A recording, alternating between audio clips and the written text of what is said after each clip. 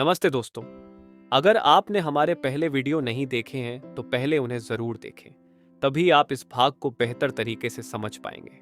आज हम the power of habit पुस्तक के इस भाग पर चर्चा करेंगे जो हमारी आदतों के पीछे की विज्ञान और मनोविज्ञान को उजागर करता है। यह पुस्तक हमें यह समझने में मदद करती है कि कैसे हमारी आदतें हमारे जीवन के हर पहलू को प्रभावित करती हैं। आदतें केवल हमारी दिनचर्या का हिस्सा नहीं हैं, वे हमारे विचारों, भावनाओं और क्रियाओं को भी आकार देती हैं। हम जानेंगे कि कौन सी आदतें हमारे जीवन में बदलाव ला सकती हैं, जैसे कि नियमित व्यायाम, समय प्रबंधन, सही खान पान और तनाव प्रबंधन। इन आदतों को अपनाने से न केवल हमारा शारीरिक स्वास्थ्य बेहतर होता है, बल्कि ये हमारे मानसिक स्वास्थ्य और समग्र उत्पादकता को भी बढ़ाता है। सही आदतें हमारे आत्मसम्मान को बढ़ाने में मदद करती हैं और हमें सकारात्मक सोच के लिए प्रेरित करती हैं। इस ऑडियो को सुनने के कई फायदे हैं। यह हमें आदतों की शक्ति के बारे में जागरूक करेगा और यह समझने में मदद करेगा कि कैसे एक साधारण आदत भी हमारी जिंदगी को पूरी तरह से बदल सकती है। हम ये भी सीखेंगे कि कैसे हम बुरी आदतों और लतों से उबर सकते हैं, जैसे कि धूम्रपान, अनियमित खान पान और समय बर्बाद करना। ये हमें उस प्रक्रिया को समझने में मदद करेगा जो एक आदत बनाने और उसे बनाए रखने में होती है। हमें यह भी पता चलेगा कि आदतों का चक्र, प्रेरणा, क्रिया और पुरस्कार कैसे काम करता है। जब हम इस चक्र को समझते हैं तो हम अपने जीवन में सकारात्मक बदलाव लाने में सक्षम होते हैं। हम जानेंगे कि कैसे आदतें न केवल व्यक्तिगत जीवन में बल्कि पेशेवर जीवन में भी महत्वपूर्ण भूमिका निभाती हैं। तो अपने हेडफोन पहने ताकि आप इस अनुभव का पूरा आनंद ले सकें। इस ऑडियो को सुनने से आपको न केवल नई जानकारियां मिलेंगी, बल्कि यह आपको अपने जीवन में बदलाव लाने के लिए प्रेरित भी करेगा। अगर आपको यह वीडियो पसंद आए तो कृपया लाइक, शेयर और सब्सक्राइब करें। चलिए अब इस भाग पर चर्चा शुरू करते हैं। आइए शुरू करें। इन मरीजों ने अपने सहज ज्ञान से उसी नियम का उपयोग किया था जिसका उपयोग करके क्लॉड हॉपकिंस ने पेप्सोडेंट बेचा था। उन्होंने सहज इशारे और स्पष्ट इनाम ढूंढे। जैसे अपनी पत्नी को बस स्टॉप पर मिलने जाने वाले मरीज ने जो सहज इशारा ढूंढा वह था, दोपहर 3:30 गुजर गया है। मेरी पत्नी बस काम से घर लौट ही रही होगी। यहां उसने एक प्रत्यक्ष इनाम भी रखा था, अपनी पत्नी से मिलना। जब आधा रास्ता पार करते ही उसका दर्द तेजी से बढ़ता और उसकी इच्छा होती कि वह अब भी के चलने का व्यायाम बंद कर दे, तो वह अपनी इस इच्छा को नजरअंदाज कर देता, क्योंकि अब उसने आत्म अनुशासन की आदत विकसित कर ली थी। इसमें कोई संदेह नहीं है कि जिन मरीजों ने पुस्तिकाओं में अपनी योजनाएं नहीं लिखी, वे भी इस प्रकार की प्रतिक्रिया कर सकते थे। सभी मरीजों को अस्पताल में एक जैसी जानकारियां और चेतावनियां दी गई थीं। वे सभी जानते थे कि पूरी तरह ठीक होने के लिए उनका व्यायाम करना आवश्यक है। उन सभी ने स्वास्थ्य लाभ केंद्र में अनेक सप्ताह गुजारे थे। जिन मरीजों ने अपनी योजनाएं पुस्तिकाओं में नहीं लिखी थीं, उनका बहुत नुकसान हो रहा था, क्योंकि उनमें इतनी दूरदृष्टि ही नहीं थी कि वे दर्द बढ़ने की स्थिति में उसे नियंत्रित करने का तरीका पहले से ढूंढ कर रखें। वे अपने अंदर इच्छा शक्ति संबंधी आदतें विकसित नहीं कर पाए।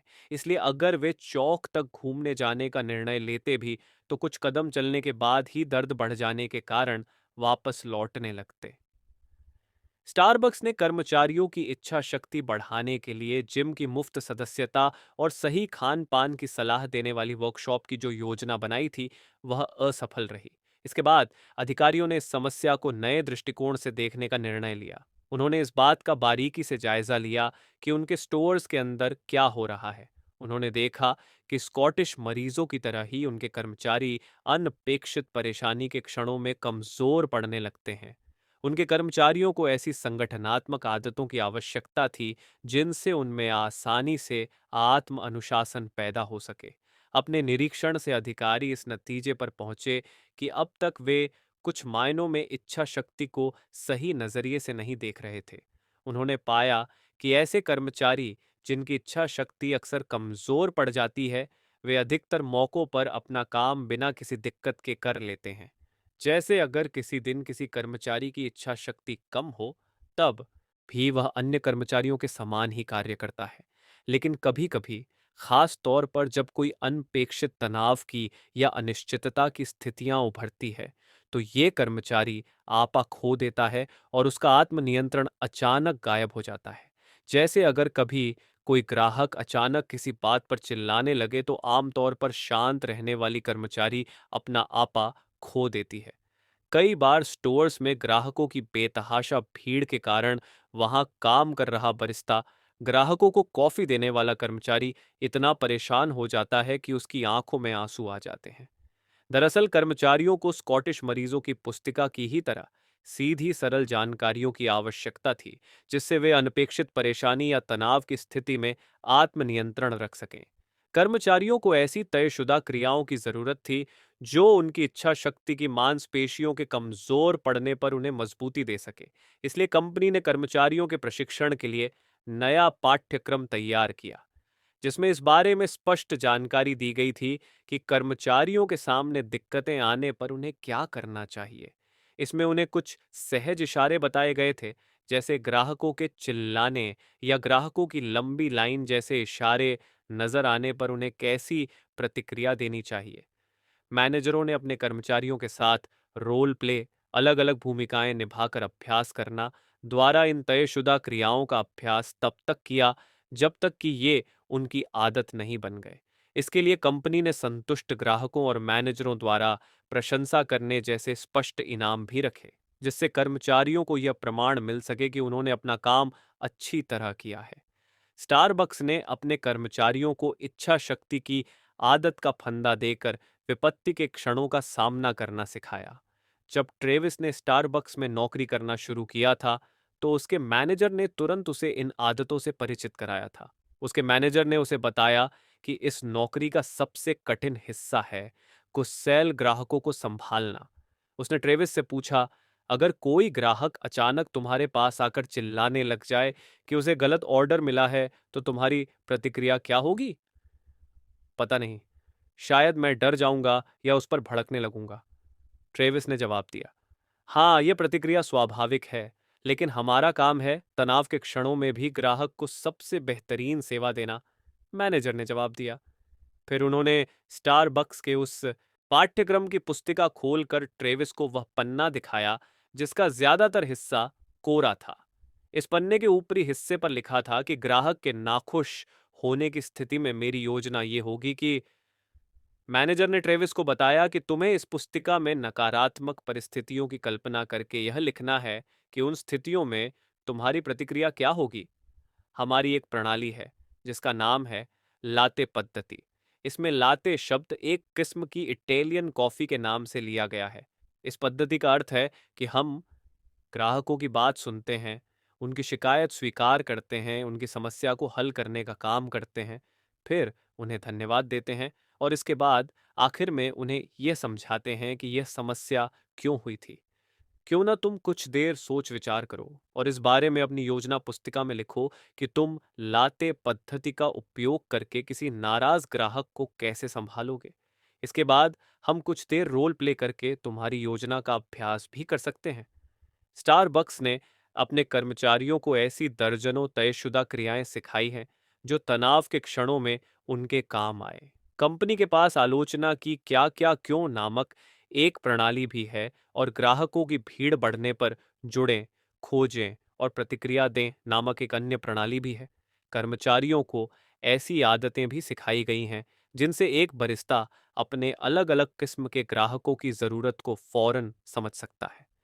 जैसे किस ग्राहक को फटाफट सिर्फ अपनी कॉफी चाहिए, जैसे जो ग्राहक जल्दी में होता है, तेज बोलता है, जिसके चेहरे पर अधीरता का भाव होता है और जो बार बार अपनी घड़ी की ओर देख रहा होता है। कौन सा ग्राहक आराम से स्टारबक्स की सेवा का लुत्फ उठाने आया है, जैसे नियमित रूप से आने वाला ग्राहक जो बरिस्ता को उनके नाम से जानता है और हमेशा एक जैसी चीज का ऑर्डर देता है। कंपनी की प्रशिक्षण पुस्तिकाओं में दर्जनों कोरे पन्ने होते हैं। कर्मचारी इन पन्नों पर कठिन परिस्थितियों का सामना करने की योजनाएं लिख सकते हैं। फिर वे इन योजनाओं का अभ्यास तब तक करते हैं जब तक उन्हें नियमित रूप से लागू करना उनकी आदत न बन जाए। इच्छा शक्ति को आदत में परिवर्तित करने की प्रक्रिया इस प्रकार है। समय से पहले ही क्रियाओं का चुनाव करना और कठिन परिस्थिति सामने आने पर उनका पालन करना। जब उन स्कॉटिश मरीजों ने अपनी पुस्तिकाओं में योजनाएं लिखीं या जब ट्रेविस ने लाते पद्धति का उपयोग किया, उस समय उन सभी ने कठिन परिस्थिति निर्मित होने से पहले ही अपनी क्रियाओं का चुनाव कर लिया था। उनकी कठिन परिस्थिति का इशारा था जोड़ों में दर्द या गुस्सैल ग्राहक। इशारा मिलते ही उनकी क्रियाएं आदतन अपना कार्य शुरू कर देती थीं। इस प्रकार की प्रशिक्षण पद्धतियों का उपयोग करने वाली कंपनियों में स्टारबक्स अकेली नहीं है। उदाहरण के लिए विश्व की सबसे बड़ी कर और वित्तीय सेवा कंपनी डेलॉयट कंसल्टिंग के कर्मचारियों को एक विशेष पाठ्यक्रम सिखाया जाता है जिसका नाम है मोमेंट्स दैट मैटर, महत्वपूर्ण क्षण। इसमें मुख्य रूप से इस बात की ओर ध्यान केंद्रित किया जाता है कि कंपनी की फीस के बारे में ग्राहक की शिकायत आने, किसी सहकर्मी को काम से निकाले जाने और कंपनी के सलाहकर्ता द्वारा कोई गलती करने जैसी कठिन परिस्थितियों में कर्मचारियों को क्या करना चाहिए। इन सभी परिस्थितियों के लिए पहले से ही कुछ तयशुदा क्रियाएं हैं, जैसे अपनी जिज्ञासा जगाए, वह बात कहें जो कोई और नहीं कहेगा, 5-5-5 नियम को लागू करें वगैरह। इन तयशुदा क्रियाओं की मदद से कर्मचारी कठिन परिस्थितियों को आसानी से संभाल पाते हैं। इसी तरह कंटेनर स्टोर नामक कंपनी में कर्मचारियों को पहले ही साल में कुल 185 घंटों से भी ज्यादा का प्रशिक्षण दिया जाता है। उन्हें गुस्सैल सहकर्मियों और व्यग्र ग्राहकों को पहचानने, ग्राहकों को शांत करने, विवाद की स्थिति को टालने जैसी तयशुदा क्रियाओं का प्रशिक्षण दिया जाता है। उदाहरण के लिए यदि कोई ग्राहक व्यग्र लगे तो कर्मचारी तुरंत उन्हें अपने घर के उस जगह की कल्पना करने के लिए कहते हैं जिसे वे ठीक करना चाहते हैं, और फिर ग्राहक से इस बात की व्याख्या करने को कहा जाता है कि उस जगह पर सब कुछ सुनियोजित करने के बाद वे कैसा महसूस करेंगे। कंपनी के सीईओ ने एक बार एक पत्रकार से बात करते वक्त कहा था, इस बारे में कुछ ग्राहकों ने तो अपनी प्रतिक्रिया देते हुए यहाँ तक कहा कि ऐसी स्थिति में आपके कर्मचारी जो करते हैं वह किसी मनोविज्ञानी की सलाह से भी ज्यादा कारगर होता है। चार स्टारबक्स को एक विशाल कंपनी बनाने वाले हॉवर्ड शुल्ज की कहानी ट्रेविस से ज्यादा अलग नहीं है। उनका बचपन ब्रुकलिन के एक पब्लिक हाउसिंग प्रोजेक्ट, सार्वजनिक आवास परियोजना में गुजरा था। यहाँ वे अपने माता पिता और भाई बहनों के साथ 2 बेडरूम के एक फ्लैट में रहते थे। शुल्ज 7 साल के थे जब एक दुर्घटना में उनके पिता का टखना टूट गया और उन्हें अपनी डायपर ट्रक ड्राइवर की नौकरी से हाथ धोना पड़ा। इसके बाद शुल्ज परिवार के बुरे दिन शुरू हो गए। टखना ठीक होने के बाद शुल्ज के पिता ने कई नौकरियां की, लेकिन किसी भी नौकरी में उन्हें ज्यादा वेतन नहीं मिला। शुल्ज बताते हैं कि मेरे पिता दोबारा अपने लिए नया रास्ता नहीं बना पाए। मुझे लगता है कि वे बहुत कुछ कर सकते थे, काफी कुछ हासिल कर सकते थे, लेकिन मैंने धीरे धीरे उनका आत्मसम्मान चकनाचूर होते देखा है। शुल्ज के स्कूल में भी किसी तरह की सुविधाएं नहीं थीं। इस स्कूल में बच्चे ज्यादा थे और जगह कम। उनके स्कूल के खेल का मैदान डामर का था और उस पर फुटबॉल, बास्केटबॉल, सॉफ्टबॉल, पंच बॉल, स्लैब बॉल और हर वह खेल खेला जाता था जिसकी बच्चे कल्पना कर सकें। अगर एक बार आपकी टीम किसी खेल में हार जाए तो खेलने के लिए फिर से मैदान मिलने में कम से कम 1 घंटे का समय लग जाता था। इसलिए शुल्ज हर कीमत पर अपनी टीम को जिताकर ही मानते थे। उनके हाथों और घुटनों पर रोजाना छोटे मोटे जख्म होते रहते थे और उनकी माँ गीले कपड़े से उनके जख्मों को साफ करते हुए उन्हें समझाया करती थीं कि जीवन में कभी भी हार मत मानना। उनकी इसी प्रतियोगी प्रवृत्ति से उन्हें कॉलेज की फुटबॉल स्कॉलरशिप मिल गई। हालांकि एक बार फुटबॉल खेलते समय उनका जबड़ा टूट गया और उन्होंने दोबारा कभी फुटबॉल नहीं खेला।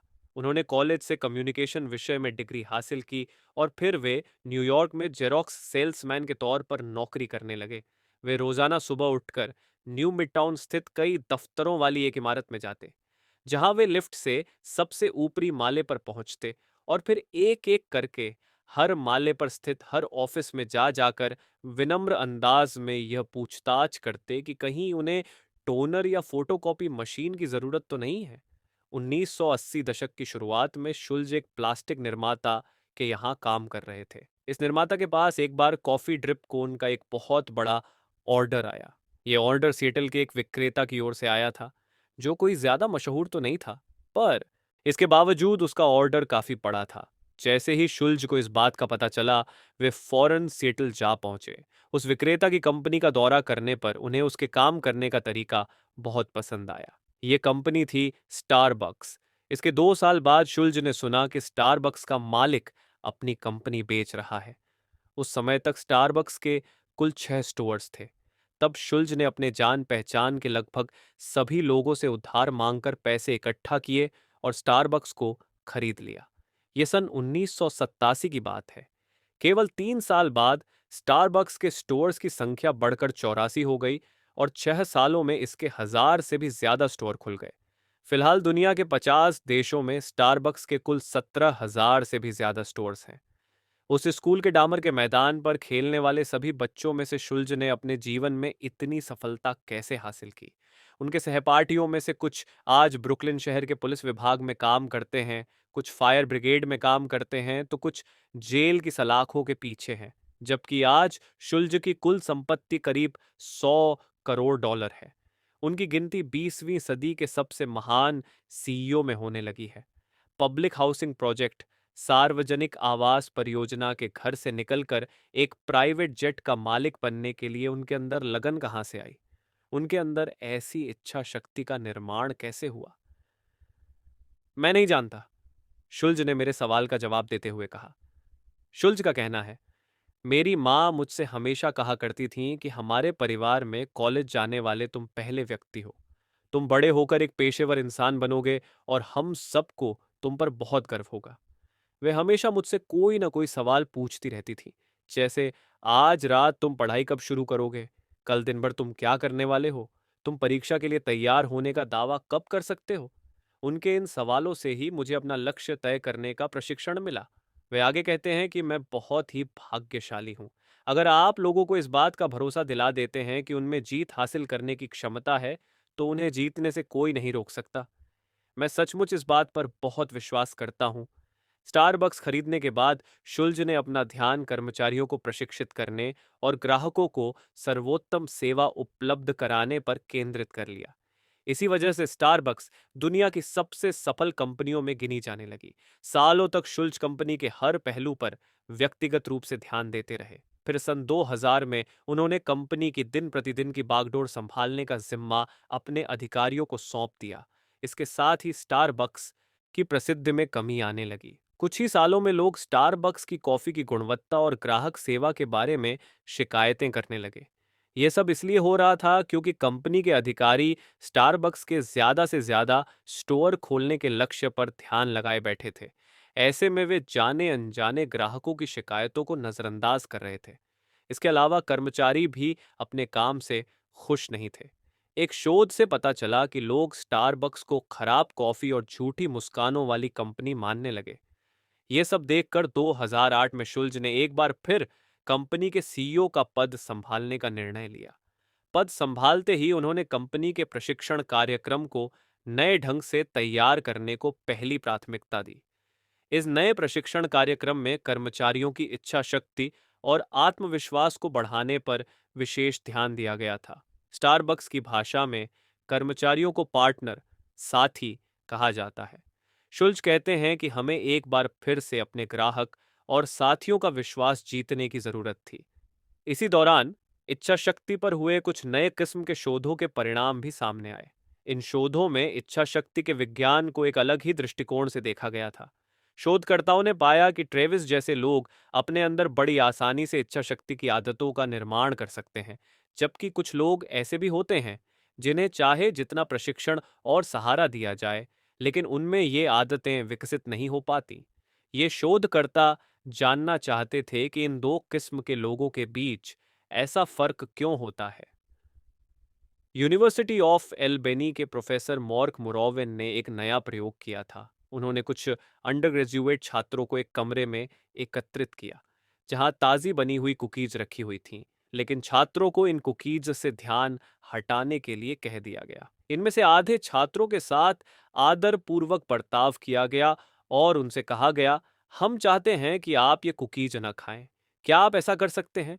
शोधकर्ता ने इन छात्रों को शोध के पीछे का उद्देश्य बताते हुए कहा कि हम लुभावनी चीजों से ध्यान हटाने की आपकी क्षमता का परीक्षण करना चाहते हैं।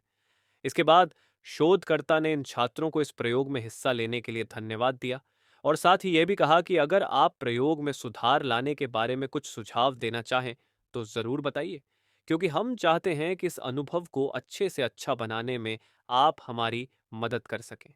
पर बाकी के आधे छात्रों के साथ इतना आदरपूर्वक व्यवहार नहीं किया गया। उन्हें सिर्फ स्पष्ट आदेश दिए गए। शोधकर्ता ने उनसे साफ साफ कह दिया कि आप ये कुकीज नहीं खा सकते। उन्होंने छात्रों को प्रयोग के उद्देश्य की जानकारी भी नहीं दी और न ही छात्रों को अपने सुझाव देने के लिए कहा। उन्होंने तो बस छात्रों को आदेशों का पालन करने के लिए कहा। आखिरकार उसने कहा, अब हम प्रयोग शुरू करेंगे। दोनों ही समूह के छात्रों को शोधकर्ता के कमरे से बाहर जाने के बाद बस 5 मिनट के लिए कुकीज से ध्यान हटाना था। इस दौरान दोनों समूहों में से किसी भी समूह के छात्र कुकीज के प्रलोभन में नहीं आए। शोधकर्ता ने 5 मिनट बाद कमरे में लौटकर छात्रों को कंप्यूटर स्क्रीन पर ध्यान देने के लिए कहा। स्क्रीन पर 500 मिलीसेकंड के अंतर पर एक एक कर अंक नजर आ रहे थे। छात्रों को स्क्रीन पर 6 के बाद 4 का अंक नजर आते ही कीबोर्ड पर स्पेस का बटन दबाना था। यह इच्छा शक्ति को जांचने का एक सामान्य तरीका है। इसमें अंकों की एक नीरस श्रृंखला पर ध्यान देना होता है, जो किसी कठिनतम पहेली को सुलझाने से कम नहीं है। इस परीक्षा में उन छात्रों के परिणाम बेहतर थे जिनके साथ शोधकर्ता ने आदरपूर्वक बर्ताव किया था। स्क्रीन पर 6 के बाद 4 का अंक दिखते ही वे तुरंत स्पेस का बटन दबा देते थे। यह परीक्षा पूरे 12 मिनट चली और इस पूरे समय उन छात्रों का ध्यान स्क्रीन पर ही था। कुकिज को अनदेखा करने के बावजूद उनकी इच्छा शक्ति में कमी नहीं आई थी। वहीं दूसरी ओर जिन छात्रों के साथ आदरपूर्वक व्यवहार नहीं किया गया बल्कि सिर्फ स्पष्ट आदेश दिया गया था, उनके परीक्षा के परिणाम बुरे थे। वे स्पेस का बटन दबाना भूल जाते थे। इस समूह के छात्रों ने बताया कि वे थके हुए हैं और यही वजह है कि वे इसमें ध्यान नहीं दे पा रहे हैं। इससे शोधकर्ताओं ने यह निष्कर्ष निकाला कि छात्रों के साथ किए गए बुरे बर्ताव के कारण ही उनकी इच्छा शक्ति की मांसपेशियों में थकान आई है। अब मोरोविन ने इस बात का अध्ययन करना शुरू किया कि जिन छात्रों से अच्छा व्यवहार हुआ, उनकी इच्छा शक्ति में बढ़ोतरी क्यों हुई। मोरोविन ने पाया कि छात्रों के दोनों समूहों में एक महत्वपूर्ण अंतर था। जिन छात्रों के साथ अच्छा व्यवहार हुआ था, उन्हें महसूस हुआ कि इस अनुभव पर उनका नियंत्रण है, क्योंकि उन्हें यह विश्वास दिलाया गया था कि सब कुछ उनकी इच्छा के मुताबिक ही किया जाएगा। मोरोविन बताते हैं कि अगर लोगों को कोई ऐसा काम करने को कहा जाए जिसमें आत्मनियंत्रण की जरूरत होती है, और अगर उन्हें लगता है कि वे यह काम कि यह उनका अपना चुनाव है, कुछ ऐसा जिसे कारणों से कर रहे हैं, यानी अगर उन्हें लगता है करने में उन्हें आनंद आता है क्योंकि इससे दूसरों की को ऐसा लगे कि उसके अपने अनुभव पर उसका नियंत्रण नहीं है और उसे केवल निर्देशों या आदेशों का पालन करना है, साथ ही उसे खुद कोई चुनाव करने की सहूलियत भी नहीं है, तो उस इंसान की इच्छा शक्ति की मांसपेशियां जल्द ही कमजोर पड़ने लगती हैं। कुकीज से अपना ध्यान हटाने की कोशिश तो इन छात्रों के दोनों समूहों ने की थी, पर जिस समूह छात्रों के साथ अच्छा व्यवहार नहीं किया गया था, उन्हें ऐसा करने में अधिक इच्छा शक्ति का उपयोग करना पड़ा। कंपनियों और संगठनों के लिए यह प्रयोग बहुत मायने रखता है। कर्मचारियों को जब ऐसा महसूस होता है कि सब कुछ उनके नियंत्रण में है और उनके पास निर्णय लेने की शक्ति है, तो अपने काम में ध्यान लगाने की उनकी क्रियाओं में नाटकीय परिवर्तन आता है। जैसे सन 2010 में ओहियो के एक कारखाने पर शोध किया गया था। इस शोध के दौरान कारखाने के कर्मचारियों को उनके काम के समय और स्थान के बारे में निर्णय लेने की छूट दे दी गई। इसके बाद उन कर्मचारियों ने अपनी यूनिफॉर्म और काम पर आने जाने की शिफ्ट का समय भी स्वयं तय किया, जबकि कारखाने की निर्माण प्रक्रिया, कर्मचारियों के वेतन आदि में कोई बदलाव नहीं किया गया था। इसके बावजूद केवल 2 ही महीनों में कर्मचारियों की उत्पादन क्षमता में 20% की बढ़ोतरी देखी गई। काम के बीच में खाना खाने और कुछ देर आराम करने में जो समय पहले लगता था, उसे कर्मचारियों ने अपने आप ही थोड़ा कम कर लिया। इसके अलावा कारखाने में कर्मचारियों द्वारा होने वाली गलतियों की संख्या में भी काफी कमी आई। ये सब इसीलिए हुआ क्योंकि कर्मचारियों को नियंत्रण का एहसास होने से उनके अंदर अपने आप ही आत्मनियंत्रण के गुण आ गए थे। स्टारबक्स में भी कुछ ऐसा ही हुआ था। वर्तमान में कंपनी का ध्यान अपने कर्मचारियों में प्रभुत्व या अधिकार की भावना बढ़ाने पर है। उन्होंने कर्मचारियों को यह अधिकार दिया है कि वे अपने हिसाब से तय करें कि स्टोर में कॉफी मशीन और कैश रजिस्टर का स्थान कहाँ होगा, ग्राहकों का अभिवादन कैसे किया जाएगा और कंपनी की प्रचार सामग्री को स्टोर में कैसे प्रदर्शित किया जाएगा। अब स्टोर मैनेजर अपने कर्मचारियों के साथ घंटों इस विषय पर चर्चा कर सकता है कि ब्लेंडर कहाँ रखा जाना चाहिए। अब स्टारबक्स में इस तरह की चीजें आम बात हो गई हैं।